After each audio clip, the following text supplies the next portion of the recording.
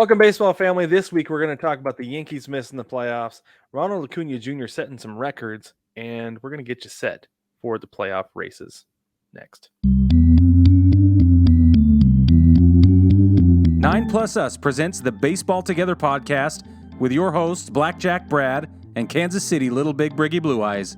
And now, Baseball Together. Welcome, baseball family, to this week's episode of the Baseball Together podcast. I am Brad, and on my left, we have our trusty co-pilot, Brig. How are you this evening, Brig? What up, yo? I'm fine. I'm just making it, and it's great, and I'm loving every minute of it. And making it. Here. Love it. I put on pants. Present. That's good. Love to hear it. Hey, before we get started, though, Brig, let's tell the people about New Era. If you've listened to the show at all, you know we love hats. Our favorite hats are made by New Era. From spring training through the postseason, the Bush Leagues to the Bigs, New Era Cap is the official headwear of Major League Baseball. One of our favorite episodes every year is ranking the newest minor league Copa caps. Now we have the ability to bring you, our listeners, 15% off every New Era cap you buy. Go to neweracap.com/baseballtogether and use code baseballtogether, one word, at checkout.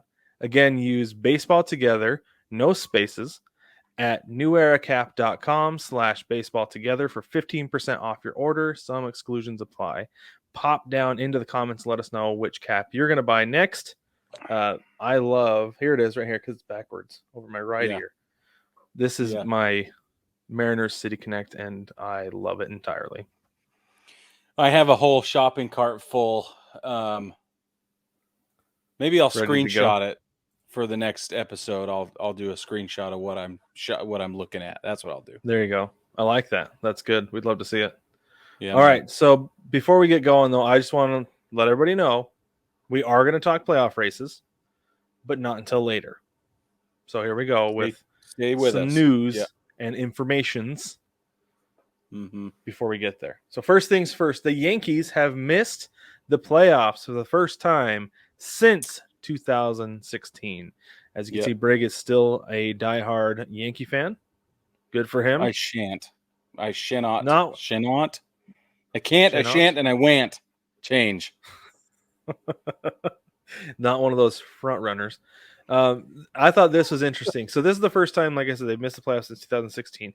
This is the first time the Red Sox and the Yankees have missed the playoffs since 2014. Right. I thought that was fascinating. Yeah, that is fascinating. Aaron Judge had something to say after their loss today. He said there's a lot that went wrong. I'll tell you guys every year, if I'm not talking to you guys after a championship, it's a failure, which I get that because that's the mentality and that's the attitude in New York because that's what they've gotten to. Yeah, the party line. Exactly. But this is the part that I thought was really interesting. It says we got a lot to work on, a lot of things to change, and a lot of stuff going on around here that needs to be fixed. Ha! Oh, I don't think we're surprised. No. I am a little bit surprised to hear the captain say that to the media. Were you surprised at all, Brig, that it actually came out? Yeah, I was. And the thing that surprised me the most about it is that there's so much interpretive license that he left to us. That's the problem. If he had been a little bit more specific, it would have been a bad move because he'd have been pointing fingers, and that's not team-centric leadership. If he had been any more vague, then the media and the fan base and everybody else would have been like, why'd you even open your mouth then? If he hadn't said anything at all, it doesn't acknowledge the failure and the mentality, and there's no he doesn't acknowledge the party line. So he's caught in this really rough position when he is forced to say something. What do you expect that guy to say? This is probably the best thing to have said because it hits as many boxes as possible. But I do think it's interesting that he left so much up to the imagination. So it's both. It's rut-row and good for you. What else could you have done? I'm caught. Right. Well, He did take some of the ownership himself for missing a bunch of time. I actually let that part of the quote out because it wasn't nearly as interesting. He basically just said, I missed a bunch of time and they missed having me in the lineup. Like that was it. Yeah. And that's absolutely true. But the thing is, though, is that that's the New York Yankees, and they are not one player. Have not ever been. Well, maybe post Babe Ruth they have not been. Right. Shouldn't be, though. They were right. They were a while with Donnie Baseball before the 95 season. So, but they weren't any good then either. But he was the only one. Right. Well, but that's what I'm saying, though, is that they weren't winning then either. They were missing the playoffs then, right. And then once they finally got a group of guys in there who could play, they weren't just one guy. Then but this Yankee team should not just be one guy. I mean, you've got what's his name over at first base? Why can I not think of his name right now? Anthony Rizzo. I can't believe I couldn't think of Anthony Rizzo. Well, you got Anthony Rizzo. Right, I mean, he's on the team. Well, no, he's not, because he's. Well, I mean, he hasn't been playing because of a concussion, but still, right. Like without Judge, he was there for a time, right? He should have been leading the team. Garrett Cole can't rally the troops. Can only rally the troops 1 out of 5 days a week. Right, and Big G's not the guy. Let's be completely honest. No, he's not. And I have learned some things recently about him being like a really good teammate. Yeah, but I don't know if he's just not a vocal leader. That might be what it is. He's not very good at baseball right now either. Okay, so I don't want to hear what he has to say anyway. Well, you know what though? You go back to the Cubs in 2016, and who was the guy who rallied that team during the rain delay? The guy who was having the worst series ever. Yeah. Jason Hayward, right? Yeah. So you don't have to be playing good baseball to have the respect of your teammates. That's true. Get them to come around and say, like, I'm not playing my best right now. I'm continuing to try. Yeah. Maybe you guys continue to try too, because I don't know if I'm seeing it or not. I mean, I don't know what they would say. Obviously, I never had that role in a clubhouse. But yeah, me neither. Anyway. It's interesting. But no, it would just be interesting to have. It would have been really good for the team to have one guy step up and be like, hey, we're missing our best player right now. That's no reason for us to just roll over. You got to think that happened, though. Like, you just got to think somebody did that and it just didn't land or something. I don't know. Maybe. I'm not sure.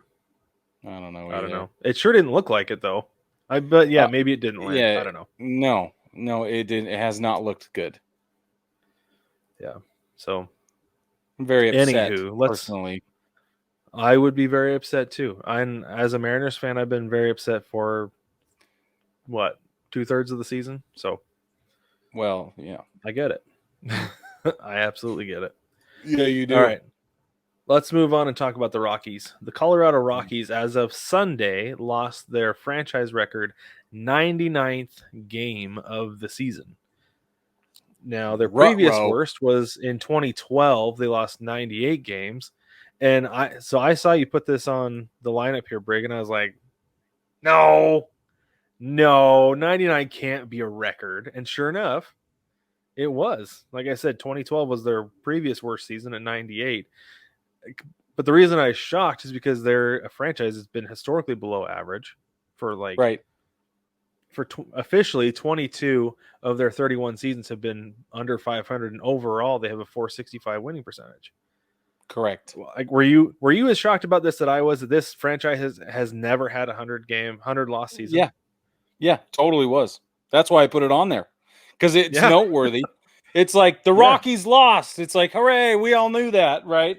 And I don't want to be ugly. I'm not trying to be ugly. No, but it's I understand, because any Rockies fan, I'm sure any Rockies fan ever will be like, yeah, no, historically not super great. Although out of the 31 years, they have made the playoffs 5 times. And those 5 times have been pretty strong for the most part. Right? Yep. But that's why it needed to be up here, because it's, it is newsworthy and it is interesting. And it does provide perspective that maybe they're not as underperforming is a really good term. Bad is not necessarily accurate. Right. Yeah. Not a bad franchise. Underperforming. Yes. And I've heard a lot of announcers in games where like the road team is playing like a team is playing the Rockies, Yeah. opposing announcers say a lot of the times, like, it's hard to get pitchers in Colorado. They have to grow their own pitchers because no free agent pitcher wants to go to the Rockies ever, ever. That's a good point. Nobody will pitch there by choice, and their best pitchers are most likely always going to leave in free agency because they don't want to pitch there anymore. They don't want to get shelled. So they have to figure out a way to have a steady stream of their own pitchers coming in through their farm system, which is really hard to do. Really hard to do. So the fact that they have never lost 100 games until this year is astounding. It's freaking cool is what it is. It is. Yep. It is freaking cool. Okay, let's talk about Mike Trout for a little bit. Oh, gosh. Mike Trout's season is officially done because of his wrist injury. Yeah. He fractured the hamate bone in his left wrist during a swing on July 3rd. And I think they went in, from what I read, like this was before he came back in August, they went and they just took the bone out. They did. They just took it out. It's absurd to me. Like, crazy they can just do that, right? Like, yeah. Or maybe it was a fraction of the bone. I don't know, but they did just remove stuff. Yeah, they take out like bone fragments all the time, but it seemed like they just took the hamate bone, which isn't very big. A lot of small bones in your wrist. It's right here. Yeah. Just took it out. Okay. Yeah, they just took it out. But it took him a long time to come back because the swelling wasn't going down. He finally did come back and played in one game on August 22nd, went 1 for 4. And then he said that he was in a lot of pain when he fouled balls off. So he went on the IL the very next day. After playing in 82 total games this season, his season is done. My question for you, Brig, does Mike Trout's wrist injury, potentially being chronic, give the Angels extra incentive to move on from him? Oh, yeah. Absolutely. And if this does not increase his odds of leaving, then the world will weep and I will lead. Which I would have done anyway. Yeah. But this is bad. Bad Leroy Brown, as my dad would say. It is bad. I don't know, like, that's the thing that's crazy is that ever since he signed that deal, he has not been in good shape. And this just adds to it, So he's got a chronic back problem, potentially a chronic wrist problem. I wonder if he switches to an axe bat. I was thinking that. And I was thinking all the different ways you'd have to adjust your swing from here to just push, and without your wrist breaking all the way. And I don't know. It's going to be really interesting to see how he adjusts. I think he would switch. I don't know how he does his hands as far as like knocker knuckles and caveman or whatever, Yeah. But I would think that he would probably switch to a more, I think they call this knocker knuckles, where it's straight, where when you come through, your wrist is straight and it provides like a stronger base there. Because I actually ended up doing that the last like 10 years with my swing, and I notice it helps for sure. So I don't know if they'll have him do something like that, fix his swing a little bit or what, but it does seem like this is just one more thing on the wall for Trout to get out of Dodge. Yeah. Hooray. Hooray. Yeah. Hooray. Good for him. Good for the rest of us. I hope that's how it goes, and I hope he recovers and has an exceptional twilight of his career, because that's where we're at. Like, let's be honest. Right. Yeah, he is. He's at the end of whatever it's going to be. We're getting to the end. Mm-hmm. Yeah, he needs to go somewhere and have a chance to actually win, because despite having good starts to seasons, especially over the last 3-4 years, it just does not capitalize into anything for the Angels. So, nope. There's that. All right, let's move across town. We'll talk about the Dodgers for a minute. Clayton Kershaw is now the second winningest pitcher in Dodgers history. Did you see that a post on social media the other day? I think it was a baseballer or somebody else, I can't remember, but they said, imagine going to a game in sometime in the early 2000s, and you're like, yes, I'm going to see Randy Johnson against Greg Maddux. Instead, I get these two young bozos in. Nobody knows who they are. Happen to be Max Scherzer and Clayton Kershaw. Yeah. And now I wonder if anybody who was at that game remembers that those were the guys who pitched. Like, probably not. But it's like, so who funny. were those two dudes who started that were supposed to pitch when the big unit and Greg Maddux were pitching? I don't remember anyway. I just remember we got jobbed out of an awesome pitching matchup. Yeah. Anyway, so he passed Don Drysdale, who was that? He set his mark at 209 wins in 1969. Clayton Kershaw now has 210, and he is second only to Don Sutton at 233. Set that mark in 1988. That would be 23 more wins next year and the year after. I think I think it'd take him 2 more seasons. Do you think he gets it, Brig?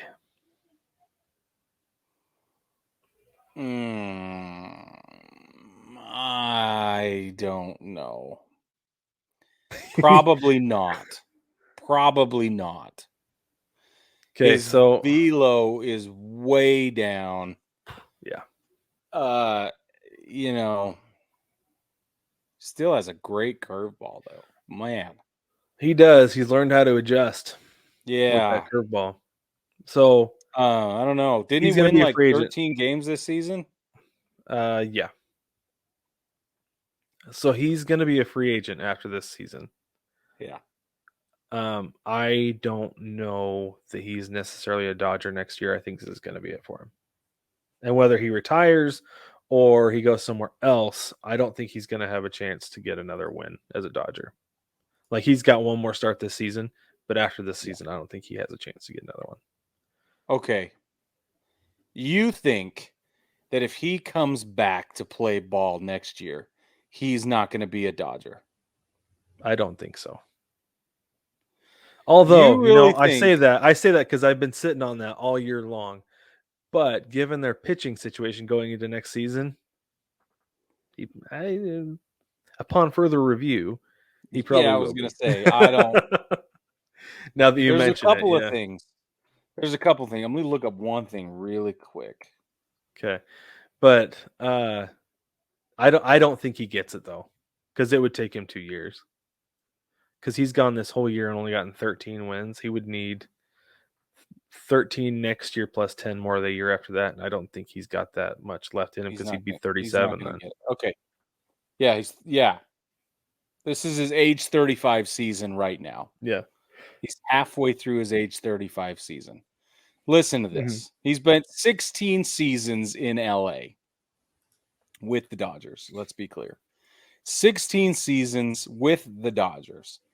In that time, dude is posting a 79.9 career WAR, 210 wins with a career ERA 2.48. Okay, hold please. He has won an MVP, 3-time Cy Young Award winner, a Triple Crown, 10 All-Star appearances, the 2020 World Series, Gold Glove, 5 times ERA title, and a Major League Player of the Year. The dude is not going anywhere. He's going to stay in Los Angeles as a Dodger, or he's going to retire, and they're going to put a bronze statue of him out front. Those are the only two options put a bronze statue out my front. brain has room for. I don't think they'll put a bronze statue out front. He will get obviously in their like Hall of Fame or whatever. Okay, that's okay. But yeah. No, I think Brig, if he had been the reason the Dodgers won the 2017 World Series, statue. Yeah. Yeah. Yeah, yeah, you're sure. right. Yeah. But because he was one of the reasons they did not, fact. I think that's why he doesn't. But that makes sense. Anyway, no, I don't think he'll get it though. I think if he does pitch next year, it will be with the Dodgers, but I don't think it'll be on more than a 1-year deal. No, it's going to be a 1-year deal. Yeah. Yeah. And it might be a shaky year anyway. Yeah. Very well could be. Like Yep. he's going 6 days between starts right now. He's on extended rest. Are they doing 6-man rotation? Yeah, I don't know if LA? it's 6-man or if they're doing an opener, but he pitches once every 6 days now, and that seems to be working for them and him. Well, so the Mariners did a 6-man rotation earlier this year. They would do a bullpen day, and a lot of teams have been doing that too, where they do a bullpen day as a 6-man rotation, and it helps. It definitely helps keep guys' innings down. But the problem is that then you've got a day where your bullpen is taxed, a day or two where it's taxed. You're robbing Peter to pay Paul. Exactly right. Yes. With that, let's move on. Yeah, good thinking. Ronald Acuna Jr. continues to make history because he's quite possibly the absolute best baseball player in the league right now. I don't think that's quite possibly. He is the first player ever to hit 40 homers and get 60 stolen bases. Did you see the commercial? I believe it was MLB TV or MLB did it, where he was walking through the office just grabbing people's backpacks. Yeah, and stealing them. Swiping bags. Yeah. Swiping bags. Yeah. Like a stack of them in his office. I've seen in a very long time. And it was one of those things like, if you know, you know. And that was fantastic. I loved it. It was so funny. It was so funny. So he, after Sunday, has 40 home runs and 68 stolen bases. He has a chance to really set a record that may never, ever be touched, with 2 more stolen bases to get 40-70. Spoiler, I'm quite certain he will. What do you think, Brig? 100%. Unless they're resting him up so hard that he doesn't get a ton of on-base opportunities, but other than that. Well, and then if they're resting up, they're saying, don't run. Yeah, just chill. We don't want you to hurt your hands, your fingers, your ribs, anything. Do not steal a base. Yeah. I think you're right. Unless you have to go to the bathroom, then go slow so you can get out. There's that. You will be under armed guard everywhere else you go until we win the World Series. Pretty much, because we need you. But then they've got Matt Olson, so do they? I don't know. But yeah, I don't know. 40 home runs, 68 stolen bases sure goes a long way for somebody contributing to that, the best team in baseball, far and away. It's been unreal. Yeah, I agree. Okay, let's we got 2 more things here before we take a break. 3 more things, sorry. Mookie Betts now holds a single season record for leadoff home runs, leadoff RBIs, not home runs. For a leadoff RBIs. Player.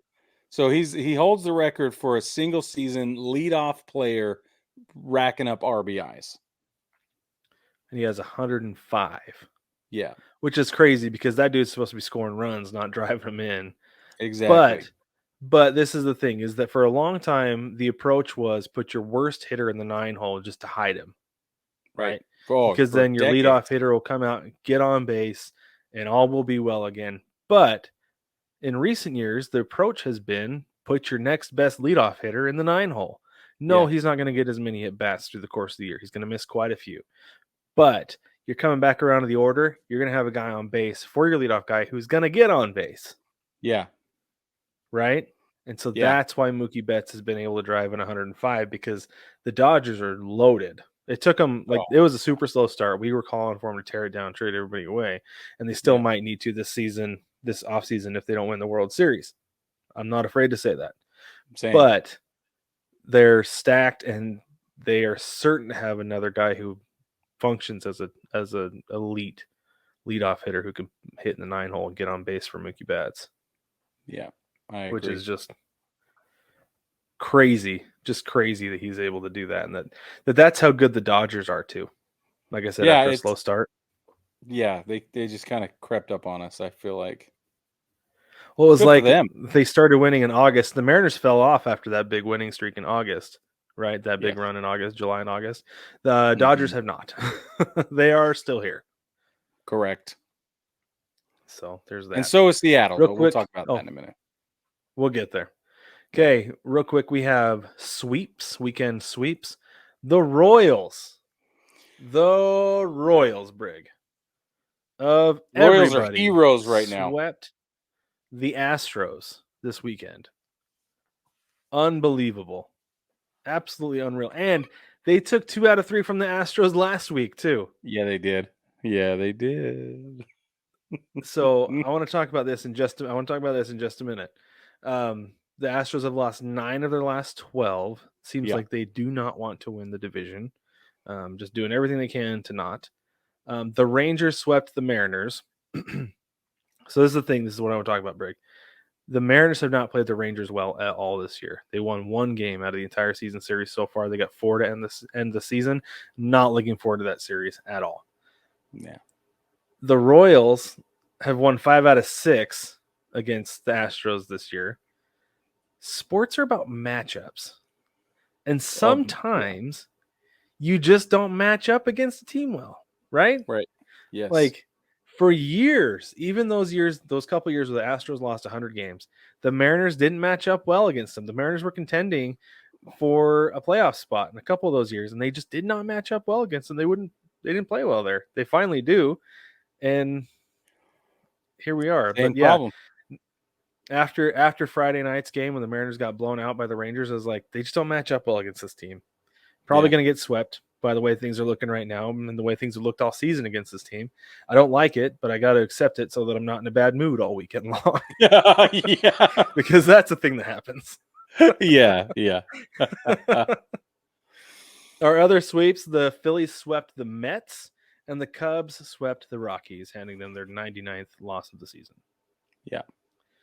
4 sweeps on a big weekend is not bad, I feel like, because there were some series that looked like they probably would have gotten swept, but the Pirates came all the way back and beat the Reds on Saturday. Ooh, that was rough. But crazy. Down 9 if you didn't see it. Absolutely absurd. And then, but the Marlins were not able to come back against the Brewers, who scored 12 runs in the second inning on Saturday. Yeah, that was crazy. Where was that Friday? Either way, I think it was Friday. Yeah, I think it was Friday. The Brewers scored 12 runs in the second inning. Yeah. I saw that and I was like, wait, what? Yeah. What? Did that really happen? And it did. It did happen for real. It did. We are in a parallel universe, though. Something about a hadron collider. Some kind of collider. The Hadron Collider, yeah, you're right. That was particles are moving. Or was that? That was last year. Real fast. All right. Last thing before we take a break. Let's go into our fantasy baseball update. The only matchup that matters is our championship matchup.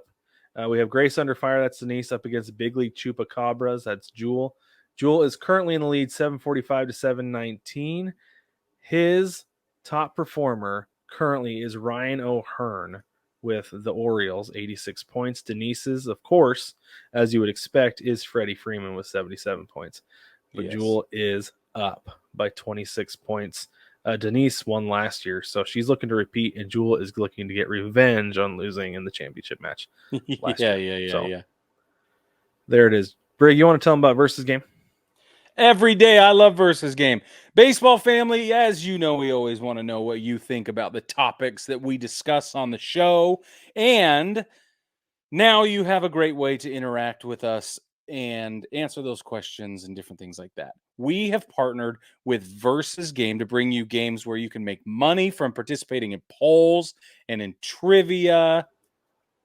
That's right. That's what I mean. Polls and trivia. I love trivia, Brad. Can I just make that clear? Okay. If you're on the winning side of a poll, or if you get a trivia question right that we post or anybody else posts, you can earn real money, real dollar bills. You can play for free as well. And other prizes. And other prizes. You can also play for free. You can buy ticket bundles and play against other listeners and other Versus Game users. So head over to btpod.onversus.com on your mobile browser and sign up to play polls and trivia games. That's btpod.onversus.com to sign up and play Versus Game with us. It's awesome. We'll be right back.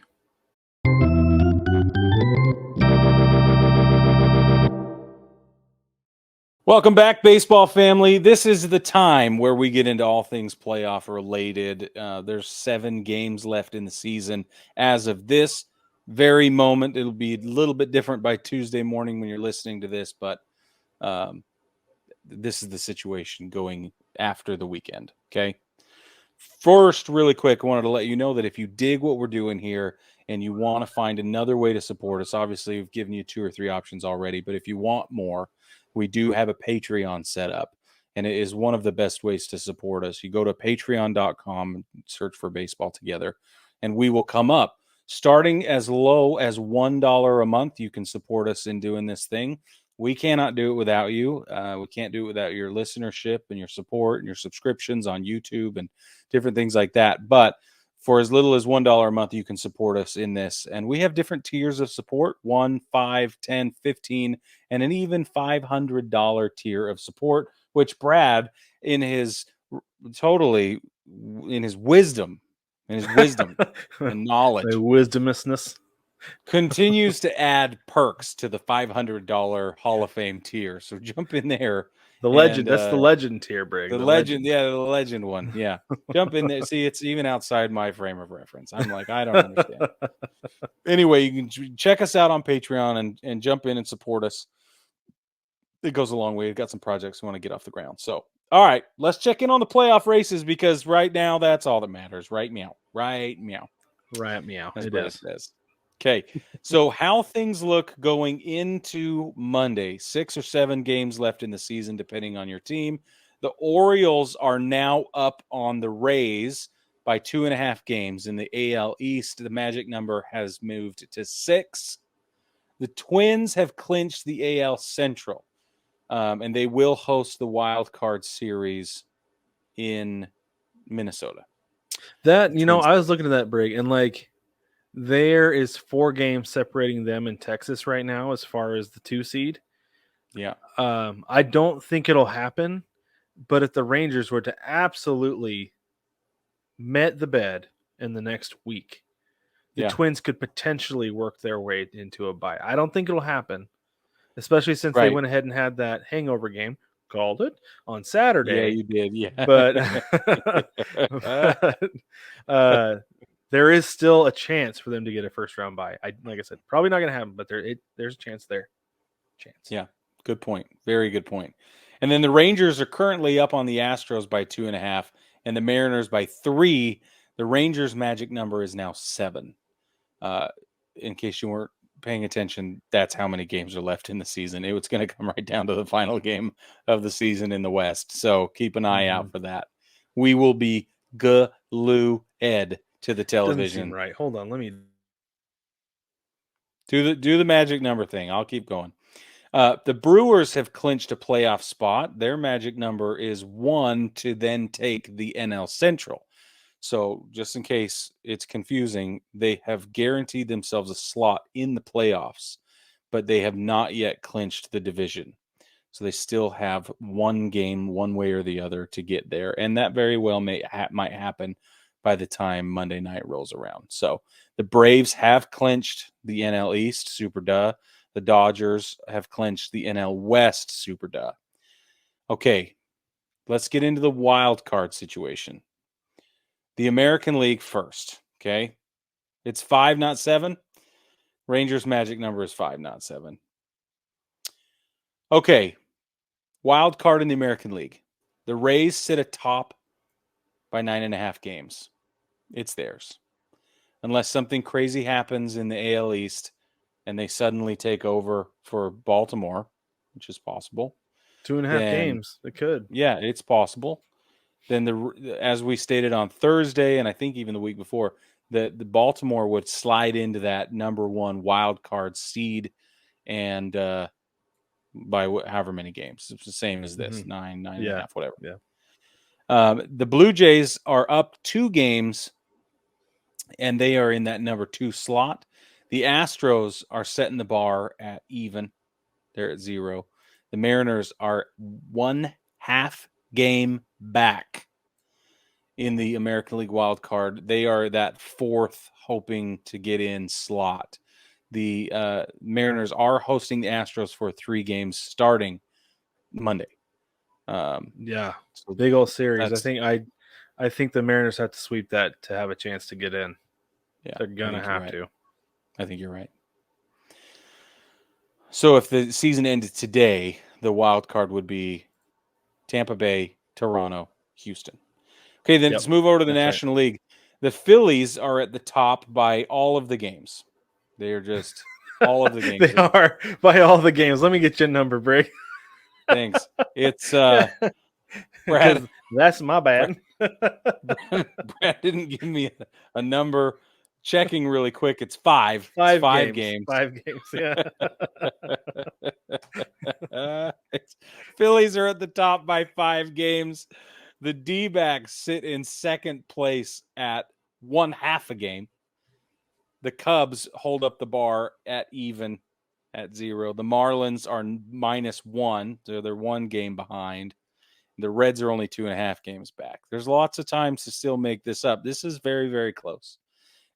Technically, the Phillies could just totally take a dive, and this would change things up even further. Yeah, they're not going really well right now. Yeah, I don't see that happening, but mathematically, that's possible. Yeah. So if the season ended today, the wild card in the National League would be Philadelphia, Arizona, and Chicago North Side on the Cubs. Marlins and Reds would be excluded. The Giants are 5 games back. Pretty much. So if you want to talk math, if you want to talk math, they're still capable of riding into that storm. I don't feel confident about it, but I've been wrong before. I just don't feel like, with all those other teams in the way, the combination of wins and losses required for San Francisco to make it into the top 3 of that, it just feels insurmountable. Yeah. So especially with the Phillies playing really well right now. The D-backs have gotten back to playing really well. And the Cubs, despite the recent dive, they got the Rockies this last weekend. And, who knows what their confidence will be like going the rest of this last week. So, it'll be interesting. It will be fascinating. So we're paying very close attention, and we recommend you do as well. And if you don't, just jump in to the live broadcast on Thursday night, and we'll tell you what happened, where to go. Okay, magic numbers to clinch various positions in the American League. The Rays have now clinched a playoff spot. The Blue Jays are at 5. The Astros are at 7 to clinch a playoff spot. The Phillies are at 1. The D-backs are at 6. The Cubs are at 6. As their magic. The Cubs and the D-backs have the same number of losses. Yeah. Their difference is in their wins because of the number of games that they played. Correct. So. And for those of you that might wonder, like, wait a minute, it's makeup games and rain delays and all sorts of things. Yeah, so actually the Yankees and the Diamondbacks they played. I mean, by the time this comes out, they will have played on Monday, and then their game Monday was bumped to Thursday to make up for that, to help remedy that situation. And I wonder if they built in, because there's only 4 games. There were only 4 games on Monday. Was I don't know. It depends on when you're listening. Anyway, on Monday, and so I wonder if they built that day so they could bump rainouts from this weekend. And then I wonder if those teams have a day built in later in the week just in case something like that happened. But like the Mariners and Astros playing stadiums with retractable roofs, same thing with Texas. Right. No days off, right? So I wonder if that was all taken into account when building this last week of the season to make sure they get everything in. But there are certain teams and matchups that's not going to be a problem. Agreed. Hence why everybody needs a retractable roof on their stadium. You keep your garbage to yourself there, sir. I will not. I absolutely will not. Okay. So there's a handful of ballparks you're not allowed to mess with. That's all I'm asking. No, I agree with that. But when those are eventually someday gone, they will. When they the time comes, with a stadium with a retractable roof. Just don't do anything to accelerate. Unless you're like the Rays and you're just like, let's just keep it indoors. Yeah, just keep it all indoors. Yeah, it's ridiculous. I don't know. But all right. Anyway, now we have something now that we're going into the playoffs. Okay, and we've given public service announcement. Yeah, we've given you a rundown on the situation. Now we're gonna peek behind the curtain, and we're gonna give you some insight into this weird tradition. Okay, it's not uncommon. It's certainly something that we do, but if it is a little. To preface this, Brig, it's only weird if it doesn't work. Okay, and it works, so it's not weird. Yeah, you're right. It does work. So, I swear by it. Okay. All right. I Let's absolutely talk swear about. by it. We're going to talk about holding the position. Okay. This is something that our baseball family has talked about for years now, and it's time to just bring you all into it. Okay. So, baseball people aren't just a little stitious. We are all the way stitious. We are the superstitious people you'll ever meet in the history of stition. That's baseball. Okay. Especially the fans, but the players also some of them. Yeah. Okay. When you get a rally situation, right, you would wear a rally cap. And we've gone over different rally caps and ways you can do that. This is very similar to the rally cap. Okay. It's kind of like a rally position. All right. This is when, if your team is doing really, really well, whatever you're doing or wherever you're sitting or whatever's Or happening, standing wherever your being is. wherever you're living yourself, right? You're not allowed to adjust.